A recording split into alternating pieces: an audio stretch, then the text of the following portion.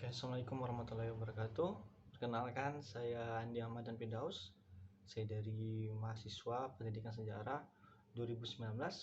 Di sini saya akan memberikan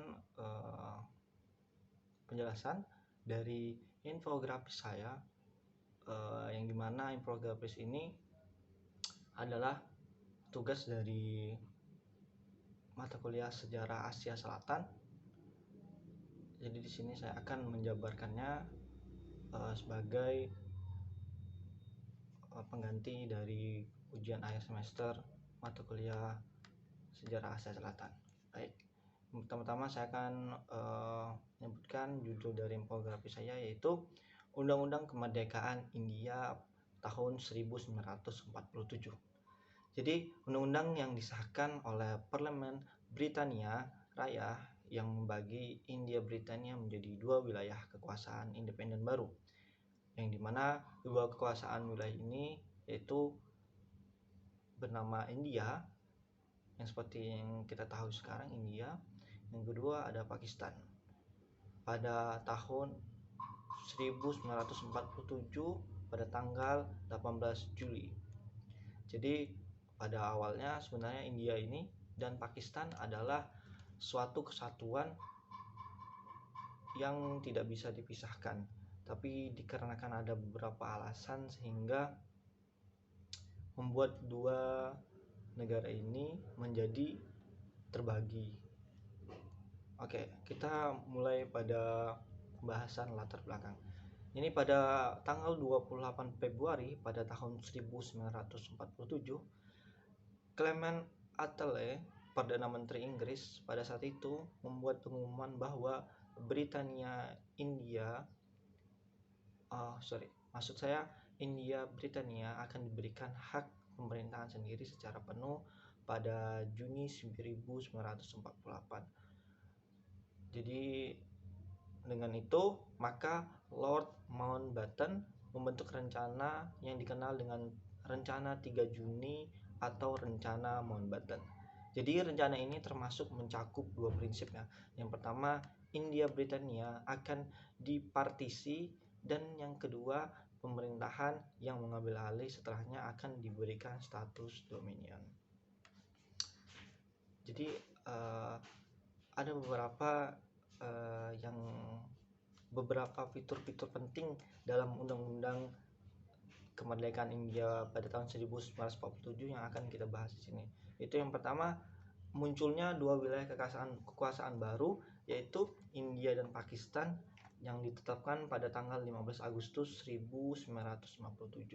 Seperti saya telah jelaskan pertama tadi, bahwa ada pembagian wilayah kekuasaan India setelah India diakui kemerdekaannya oleh pihak Inggris, dan juga wilayah Pakistan. Jadi wilayah Pakistan ini provinsi perbatasannya yaitu Barat Laut, divisi Sylhet di Assam, kemudian provinsi komisaris utama Baluchistan yaitu Bangala, Punjab Barat, dan Punjab Timur.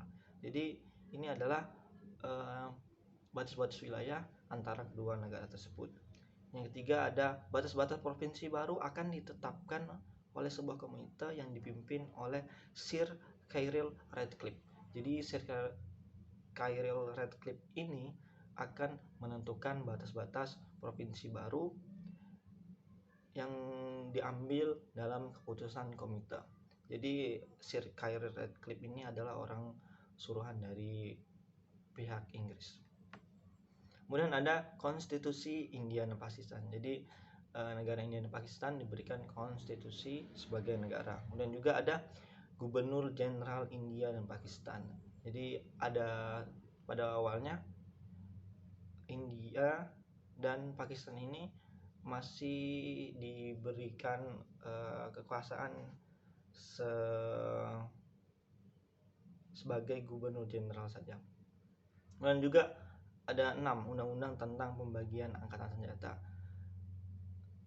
Jadi inilah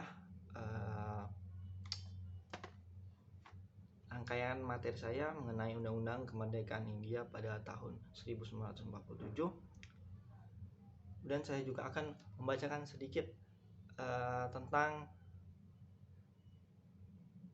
jalannya India kenapa bisa dikuasai oleh pihak Inggris.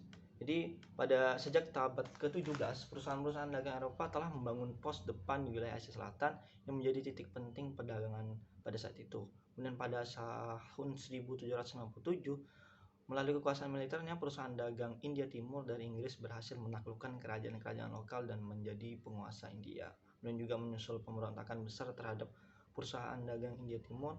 Pada tahun 1857, kerajaan India memutuskan untuk mengambil alih secara langsung kekuasaan di Hindustan, sebutan untuk wilayah India dan sekitarnya.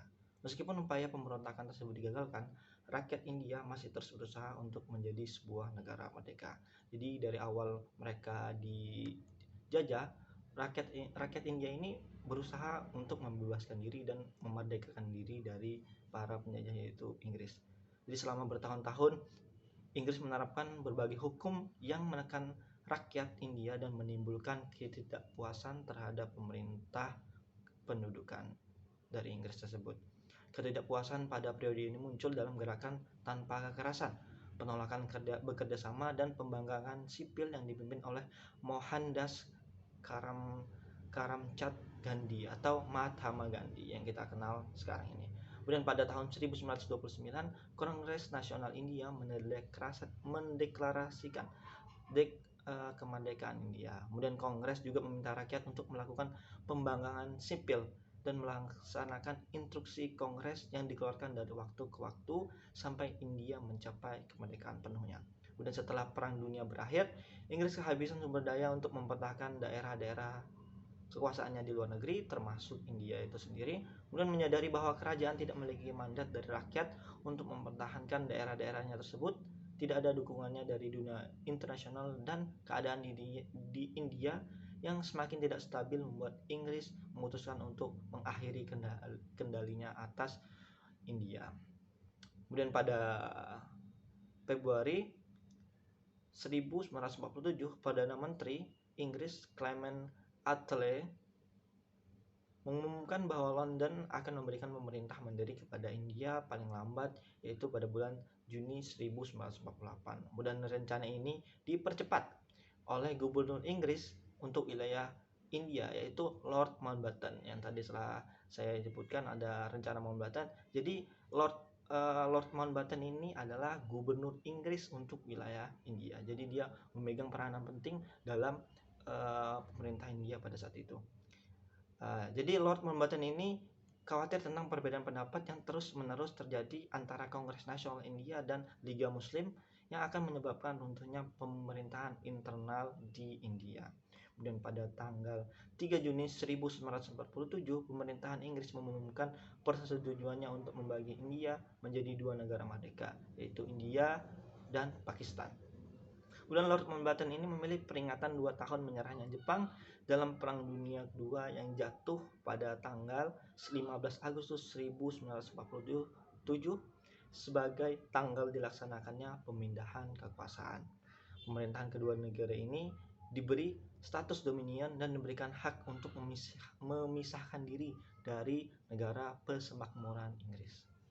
Jadi sekian penjelasan saya mengenai infografis saya untuk mata kuliah sejarah Asia Selatan. Salah dan hilap saya mohon maaf. Kalau ada kata, wabillahi taufiq wal hidayah, wabillahi wal inayah. Wassalamualaikum warahmatullahi wabarakatuh.